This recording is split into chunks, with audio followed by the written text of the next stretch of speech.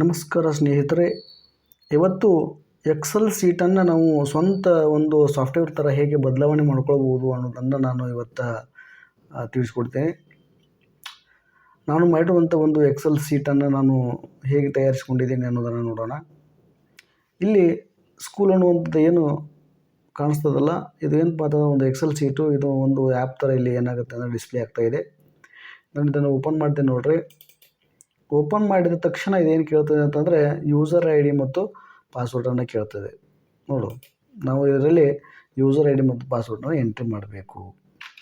ನಾನು user I D ಮತ್ತು ತಯಾರಿಸ್ಕೊಂಡಿರುವಂಥದ್ದು ಅದನ್ನು ನಾನು ಇಲ್ಲಿ ಎಂಟ್ರಿ ಮಾಡ್ತೇನೆ.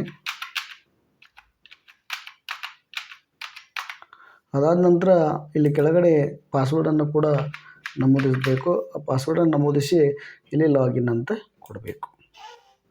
ಲಾಗಿನ್ ಕೊಟ್ಟಾಗ ಏನಾಯ್ತು ಅಂದರೆ ಇಲ್ಲಿ invalid user name or password ಅಂತ ಬಂತು. ಏಕಂತಂದರೆ ಇಲ್ಲಿ ಏನು ಮಾಡಿವತ್ತಂದರೆ ಒಂದು ತಪ್ಪಾಗಿ ನಮೂದು ಮಾಡೀವಿ. ತಪ್ಪಾಗಿ ನಮೂದು ಮಾಡಿದ್ರೆ ಈ ಥರ ಬರ್ತದೆ. ಇಲ್ಲಿ ನಾವು ಜಿಯನ್ನು ಬಿಟ್ಟಿರುವಂಥದ್ದು.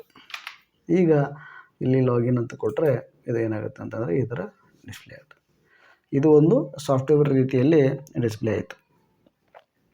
ಇಲ್ಲಿ ಏನೆಲ್ಲ ಹಾಕಿರುವಂಥದ್ದು ಅಂತಂದರೆ ಇಲ್ಲಿ ಒಂದು ಹೋಮ್ ಇದೆ, ಆನಂತರ ಸ್ಟೂಡೆಂಟ್ ಅಡ್ಮಿಷನ್ ಫಾರ್ಮ್ ಇದೆ, ಸ್ಟೂಡೆಂಟ್ ಡೀಟೇಲ್ಸ್ ಇದೆ, ಆಮೇಲೆ ಇಲ್ಲಿ ಕಾಸ್ಟ್ ಸರ್ಟಿಫಿಕೇಟ್ ಇದೆ ಮತ್ತು ಇಲ್ಲಿ ಟೀಚರ್ಸ್ ಡೀಟೇಲ್ಸ್ ಇದೆ. ಇದನ್ನು ಬಿಟ್ಟು ಇನ್ನೂ ಹಲವಾರು ವಿಷಯಗಳನ್ನು ನಾವು ಇಲ್ಲಿ ಆ್ಯಡ್ ಮಾಡ್ಬೋದು. ಹಲವಾರು ಲಿಂಕ್ಸ್ಗಳನ್ನು ಕೂಡ ಇಲ್ಲಿ ಕೊಡ್ಬೋದು. ನಾವು ಇದನ್ನೇ ಇನ್ನೂ ಚೆನ್ನಾಗಿ ಇದನ್ನು ಡೆವಲಪ್ ಮಾಡ್ಕೊಳ್ಬೋದು. ಇಲ್ಲಿ ನಾವು ಸ್ಟೂಡೆಂಟ್ ಅಡ್ಮಿಷನ್ ಫಾರ್ಮನ್ನು ಓಪನ್ ಮಾಡಿದರೆ ಏನಾಗುತ್ತೆ ಅಂದರೆ ಸ್ಟೂಡೆಂಟ್ ಅಡ್ಮಿಷನ್ ಫಾರ್ಮ್ ಈ ಥರ ಓಪನ್ ಆಗ್ತದೆ. ನಮಗೆ ಬೇಕಾದ ಹಾಗೆ ಇದನ್ನು ಫಾರ್ಮೇಟನ್ನು ರೆಡಿ ಮಾಡ್ಕೊಳ್ಬೋದು. ನಮಗೆ ಯಾವ ಫಾರ್ಮೇಟ್ ಬೇಕಲ್ಲ ಆ ಥರ ಫಾರ್ಮೇಟನ್ನು ನಾವಿಲ್ಲಿ ರೆಡಿ ಮಾಡ್ಕೊಳ್ಬೋದು. ಮಾಡ್ಕೊಂಡ ನಂತರ ಇಲ್ಲಿ ನನಗೆ ಇಲ್ಲಿ 101 ವಿದ್ಯಾರ್ಥಿಗಳ ಹೆಸರನ್ನು ಎಂಟ್ರಿ ಮಾಡಿರುವಂಥದ್ದು. ಹಾಗಾಗಿ ಇಲ್ಲಿ 102ನೇ ಅಡ್ಮಿಷನ್ ಅಂತಂದು ತೋರಿಸ್ತದೆ ಇದು ಆಟೋಮೆಟಿಕ್ಕಾಗಿ.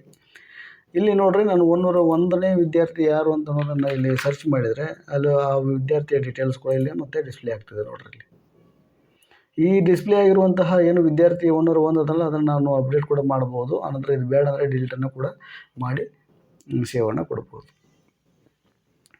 ನಂತರ ಇಲ್ಲಿ ಸ್ಟೂಡೆಂಟ್ ಡೀಟೇಲ್ಸನ್ನು ಕ್ಲಿಕ್ ಮಾಡಿದರೆ ಅದೇನಾಗುತ್ತೆ, ಇಲ್ಲಿ ಮೇನ್ ಪೇಜನ್ನು ನಾನು ಕ್ಲೋಸ್ ಮಾಡಿದಾಗ ಇಲ್ಲಿ ಆ ವಿದ್ಯಾರ್ಥಿಯ ಡೀಟೇಲ್ಸ್ಗಳು ಎಲ್ಲ ಏನಂದರೆ ಎಂಟ್ರಿ ಆದಷ್ಟು ವಿದ್ಯಾರ್ಥಿಗಳ ಹೆಸರುಗಳನ್ನು ಇಲ್ಲಿ ತೋರಿಸ್ತದೆ. ಮತ್ತು ನಾವು ಹೋಮ್ ಪೇಜಿಗೆ ಹೋಗ್ಬೋದು. ಈಗ ನಾವಿಲ್ಲಿ ಕಾಸ್ಟ್ ಸರ್ಟಿಫಿಕೇಟ್ ಅಂತ ಒತ್ತಿದರೆ ಇಲ್ಲಿ ಏನಾಗುತ್ತೆ ಅಂತಂದರೆ ಅದು ರಿಜಿಸ್ಟರ್ ನಂಬರ್ ಕೇಳ್ತದೆ. ನಾನಿಲ್ಲಿ 101 ರಿಜಿಸ್ಟರ್ ನಂಬರನ್ನು ಹಾಕ್ತೀನಿ ನೋಡ್ರಿ.